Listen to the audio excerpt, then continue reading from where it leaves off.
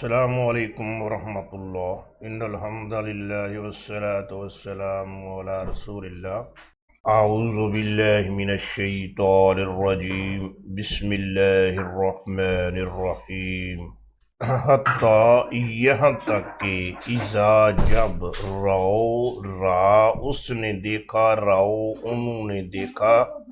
فعل ماضی ہے، فعل ماضی سے پہلے اگر اذا آ جائے تو اس کا ترجمہ فعل مضارع میں کرتے ہیں اذا رأو جب وہ دیکھیں گے، حتیٰ یہاں تک کہ اذا رأو جب وہ دیکھیں گے ما وہ چیز جس کا یوعدون وعدہ اس نے وعدہ کیا، یعدو وہ وعدہ کرتا ہے، یعدون جمع وہ وعدہ کرتے ہیں، یہ لفظ ہے یوعدون، یہ پیسے وائز ہے، مجہول ان سے وعدہ کیا جاتا ہے، ما وہ چیز جس کا یوعدون ان سے وعدہ کیا جاتا ہے، یعنی قیامت۔ جب قیامت کو یہ دیکھیں گے فَسَيَعْلَمُونَ پھر سا اور سوفا فعل مضارع کے شروع میں آ جائے تو یہ فعل مضارع کو مستقبل کے لیے خاص کر دیتے ہیں۔ یعلمون عالم یعلم، عالم اس نے جان لیا، یعلم وہ جانتا ہے، یعلمون وہ جانتے ہیں یا جان لیں گے، فَسَيَعْلَمُونَ پھر وہ جان لیں گے۔ جب قیامت کو اپنی آنکھوں سے دیکھ لیں گے سامنے، پھر ان کو پتہ چل جائے گا۔ کس بات کو جان لیں گے؟ من اضعف ناصرا، من کون ہے، اضعف یہ لفظ ضعیف سے ہے کمزور، اضعف سب سے زیادہ کمزور، ناصرن اردو میں بھی لفظ استعمال ہوتا ہے منصور، اور اسی طرح نصرت، ناصرن مددگار، من اضعف ناصرن کون ہے مددگار کے لحاظ سے سب سے زیادہ کمزور، اور اقلو قلیل سے ہے تھوڑا، اقلو سب سے زیادہ کم، عددہ گنتی کے لحاظ سے تعداد کے لحاظ سے، واقلو عددہ اور تعداد کے لحاظ سے سب سے کم کون ہے، حتیٰ اذا رأو یہاں تک کہ جب وہ دیکھیں گے ما یوعدون فسیعلمون جس کا وعدہ کیے جاتے ہیں تو وہ جان لیں گے، اور من اضعف ناصرا کون ہے کمزور مددگار کے لحاظ سے، وَأَقَلُّ عَدَدًا اور کم ہے عددی صورت میں۔ مشرکین مکہ کے سردار بڑے خوش تھے کہ ہمارے پاس مال و دولت بڑی ہے، ہماری افرادی قوت بہت زیادہ ہے۔ اللہ تبارک و تعالیٰ فرماتے ہیں کہ ان کو اپنی قوت کا اندازہ اس وقت ہوگا جب یہ قیامت کو دیکھیں گے، جب یہ تنہا اکیلے اکیلے آئیں گے اور ان کے جسم پر کپڑا بھی نہیں ہوگا، پھر ان کو پتہ چل جائے گا کہ مددگار کس کے زیادہ ہیں، افرادی قوت کس کے پاس زیادہ ہے۔ نبی کریم صلی اللہ علیہ وآلہ وسلم سے قیامت کے بارے میں سوال کرتے ہیں، پوچھتے ہیں کہ قیامت کب آئے گی، کب آئے گی؟ قل ان ادری اقریب ما توعدون ام یجعل لہ ربی امدا، قل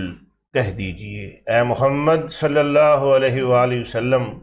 جو قیامت کے بارے میں پوچھ رہے ہیں کہ کب آئے گی، ان سے کہہ دیجئے ان ادری، ان نہیں، ادری، ادرا یدری، ادرا وہ آگاہ ہو گیا، اس نے جان لیا، یدری وہ جانتا ہے، یدری یا کی جگہ پر حمزہ لگا دیجئے، ادری میں جانتا ہوں، ان ادری میں نہیں جانتا، آیا کہ قریب قریب ہے، ما وہ چیز جس کا توعدون تم وعدہ دیے جاتے ہو، یہ لفظ پچھلی آیت میں بھی استعمال ہوا ہے، وہاں تھا یوعدون وہ وعدہ دیے جاتے ہیں، یہاں ہے تا ہے توعدون تم وعدہ دیے جاتے ہو، تم سے وعدہ کیا جاتا ہے، میں نہیں جانتا کہ جس چیز کا تم سے وعدہ کیا گیا ہے آیا کہ وہ قریب ہے، ام یا یجعلو، جعل یجعل، جعل اس نے کیا، یجعل وہ کرے گا، ام یجعل یا وہ کرے گا، لہو لا لیے ہو اس کے، لہو اس کے لیے، ربی میرا رب، آمدہ مدت وقت، قل ان ادری کہہ دیجئے میں نہیں جانتا، اقریب ما توعدون آیا قریب ہے وہ جس کا تم سے وعدہ کیا جاتا ہے، ام یجعل لہ ربی امدا یا اس کے لیے میرا رب کوئی ٹائم رکھے گا، یعنی ان مکے والوں کو بتا دیجئے کہ قیامت کب آئے گی میں نہیں جانتا، یہ اللہ تبارک و تعالیٰ ہی جانتے ہیں، کیونکہ غیب کا علم صرف اللہ تبارک و تعالیٰ کو ہے۔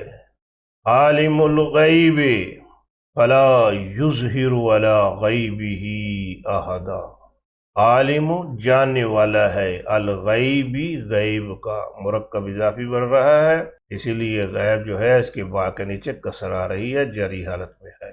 عالم الغیب غیب کا جاننے والا ہے، یعنی اللہ تعالیٰ ہی غیب کو جاننے والے ہیں، کسی کو غیب کا علم نہیں ہے۔ اگر کوئی اس دھوکے میں ہے کہ فلاں فلاں فلاں کو بھی غیب کا علم ہے تو اس دھوکے سے باہر آ جائے۔ فلا یظہر علی غیبہ احدا، فا تو لا نہیں، یظہر اظہارا یظہر، اظہارا اس نے اظہار کیا، یظہر وہ اظہار کرتا ہے، وہ آگاہ کرتا ہے، لا یظہر وہ آگاہ نہیں کرتا، علی غیب غیب پر ہی اپنے، علی غیب ہی اپنے غیب پر، احدا کسی کو، عالم الغیب جاننے والا ہے غیب کا، فلا یظہر علی غیبہ احدا نہیں آگاہ کرتا اپنے غیب پر کسی کو، اللہ تبارک و تعالیٰ اپنے غیب پر کسی کو آگاہ نہیں کرتا، الا مگر من جس سے ارتضا وہ راضی ہو، من رسول کسی رسول کو، الا مگر من رسول کسی رسول کو، من ارتضا جس سے وہ راضی ہو اس کو بتاتا ہے۔ یہ رسول کون ہے؟ یہ فرشتوں میں سے بھی ہو سکتے ہیں اور انسانوں میں سے بھی ہو سکتے ہیں۔ اللہ تبارک و تعالیٰ کسی فرشتے کو کوئی بات بتانا چاہے تو بتا دیتا ہے، انسانوں میں سے کسی پیغمبر تک پیغام پہنچانا چاہے تو پہنچا دیتا ہے۔ فَإِنَّهُ يَسْلُكُ، پھر اِنَّ حقیقت ہے وہ، اِنَّهُ حقیقت ہے کہ وہ، یسلک سلک، یسلک سلک اس نے چلایا، یسلک وہ چلاتا ہے یا چلائے گا، اس کے معنی چلنا بھی ہوتے ہیں، سلک وہ چلا، یسلک وہ چلے گا، دونوں معنی دیتا ہے۔ یسلک چلاتا ہے، من بین یدیہ من کے، بین درمیان، یدیہ یہ لفظ ہے یدین ہی، یدن ایک ہاتھ، یدین دو ہاتھ، یدین کو جب ہی کے ساتھ ملا کے مرکب بنائیں گے تو نون گر جائے گا، یدے ہی باقی رہ جائے گا، بین یدے ہی اس کے دونوں ہاتھوں کے درمیان، من بین یدے ہی جو کچھ اس کے دونوں ہاتھوں کے درمیان ہے، جو چیز کسی کے دونوں ہاتھوں کے درمیان ہوتی ہے وہ ہمیشہ آگے ہوتی ہے، پیچھے نہیں ہوتی۔ تو قرآن مجید میں جہاں جہاں یہ لفظ آیا ہے بین یدیہ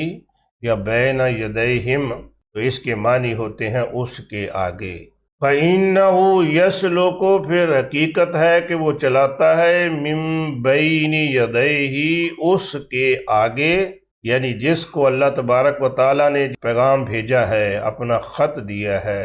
اس پیغمبر کے آگے، وَمِن خَلْفِهِ و اور من کے، خلف پیچھے ہی اس کے، ومن خلفہ اور اس کے پیچھے، اس کے آگے اور اس کے پیچھے چلاتا ہے، کیا چلاتا ہے؟ رصدا پہرا، نگرانی، اس کے اوپر کڑی نگرانی ہوتی ہے کہ کہیں شیاطین اس میں کوئی مداخلت نہ کر دیں، اس میں کمی بیشی نہ کر دیں، شیاطین کو اس پیغام سے دور رکھا جاتا ہے، الا من ارتضی من رسول مگر کسی رسول کو جس سے وہ راضی ہوتا ہے، جس کسی پیغمبر کو وہ کوئی بات بتانا چاہتا ہے اس کو آگاہ کر دیتا ہے غیب سے، لیکن جب غیب کی خبر دے دیتا ہے پھر اس کی نگرانی کیسے کی جاتی ہے؟ فَإِنَّهُ يَسْلُكُ پھر یقیناً وہ چلاتا ہے، من بین یدیہ ومن خلفہ رصدا، اس کے آگے اور پیچھے پہرا لگا دیتا ہے۔ یہ پہرا کیوں لگایا جاتا ہے؟ اس کی بھی وجہ ہے، لیعلم، یعلم، عالم، یعلم، عالم اس نے جان لیا، یعلم وہ جانتا ہے یا جان لے گا، فعل مضارع ہے، یعلم وہ جان لے گا، لیعلم تاکہ وہ جان لے، فعل مضارع منصوب ہو گیا، کیا جان لے؟ ان کی، قد واقعی، ابلغو بالغا معنی پہنچ گیا، بالغ ہو گیا، ابلغا اس نے بالغ کر دیا، اس نے پہنچا دیا، ابلغو انہوں نے پہنچا دیا، لیعلم تاکہ وہ جان لے، ان کی، قد واقعی، ابلغو انہوں نے پہنچا دیا، رسالات پیغامات، ربی رب کے، ہم اپنے، رسالات ربی مرکب اضافی بن رہا ہے، ہم اپنے رب کے پیغامات انہوں نے پہنچا دیے ہیں۔ اللہ تبارک و تعالیٰ اس کا پروٹوکول فرشتوں کی نگرانی اس لیے لگاتے ہیں تاکہ یہ یقین ہو جائے کہ پیغام صحیح اور اصلی صورت میں آگے لوگوں تک، انسانوں تک پہنچ گیا ہے۔ اللہ تبارک و تعالیٰ کا علم کتنا مضبوط ہے، کتنا وسیع ہے۔ وَأَحَاطَ بِمَا لَدَيْهِمْ، اور احاطہ اس نے احاطہ کر رکھا ہے، اس نے گھیر رکھا ہے، بیما بی کو، ما جو، بیما اس کو جو، لدیہم لدئی پاس، ہم ان کے، ان کے پاس ہے، جو ان کے پاس ہے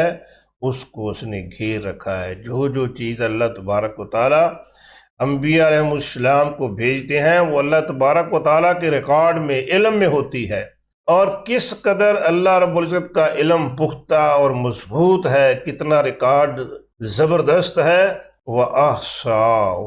اور احصا، حصاتن کنکری کو کہتے ہیں، حصا کنکریاں،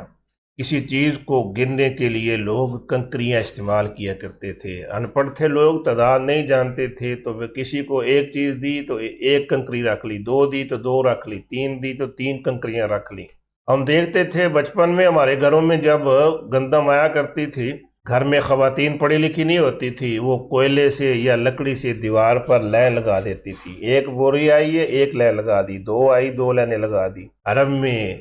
کنکریاں رکھا کرتے تھے گنتی کے لیے، اسی کنکری سے اس کا نام پڑ گیا۔ احسا کنکریاں رکھ لی، گن لیا، واسا اور شمار کر لیا، گن لیا، محفوظ کر لیا، کل شیئن ہر چیز کو، عددا گن گن کے، تعداد کے لحاظ سے، گنتی کے لحاظ سے،